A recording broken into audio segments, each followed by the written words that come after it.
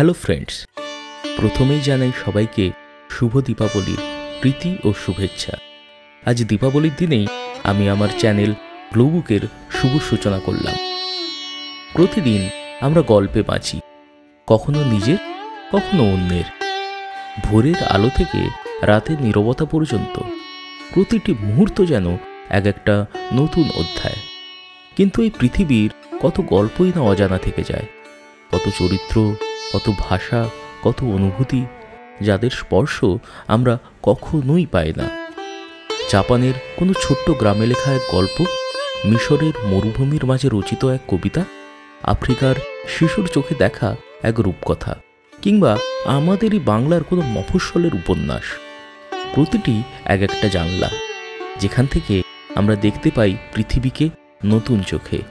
সাহিত্য মানে শুধু কল্পনা নয়, সাহিত্য মানে মানুষের আত্মা, যে আত্মা ভাষা আর সীমান্ত ছাড়িয়ে এক হয়ে যায়। তবুও আজ বই ধীরে ধীরে হারিয়ে যাচ্ছে আমাদের হাত থেকে। স্ক্রিনের আলোয় ঢাকা পড়ে যাচ্ছে কালি আর কাগজের গন্ধ। গল্পের জায়গা নিচ্ছে স্ক্রল, আর চিন্তার জায়গা নিচ্ছে তাড়াহুড়ো। আমরা ভুলে যাচ্ছি সেই নীরব আনন্দ, যে আনন্দ শুধু বই খুললেই মেলে।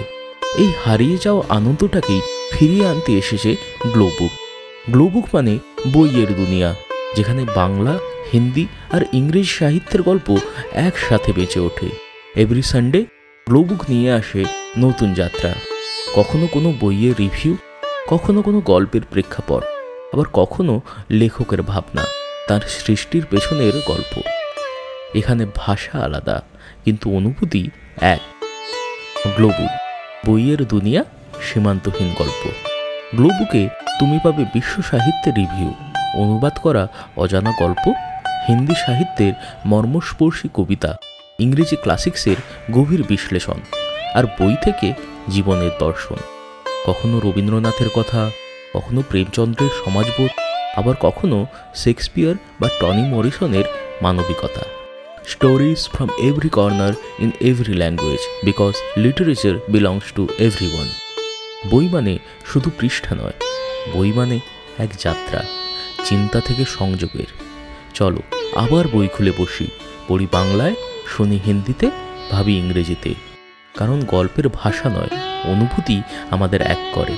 পড়ি বিশ্বের গল্প আর খুঁজি নিজের গল্পটাও নতুন করে। গ্লোবুক, বইয়ের দুনিয়া, সীমান্তহীন গল্প। প্রতি রবিবার গ্লোবুকে তোমার জন্য অপেক্ষা করছে এক নতুন বই, এক নতুন ভাষা, এক নতুন ভাবনা। সাবস্ক্রাইব করো, বইয়ের সঙ্গে থেকো, কারণ গল্পের দুনিয়া এখনই খুলছে এখানেই, গ্লোবুকে।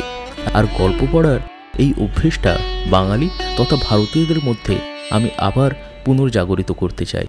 আর আমার এই চ্যানেল থেকে যদি কেউ একজনও বই পড়ায় উৎসাহিত হয়, আমি আমার চ্যানেল বানানো সার্থক মনে করব। সাবস্ক্রাইব করে পাশে থেকো। দেখা হচ্ছে পরের রবিবার। ততক্ষণের জন্য টাটা।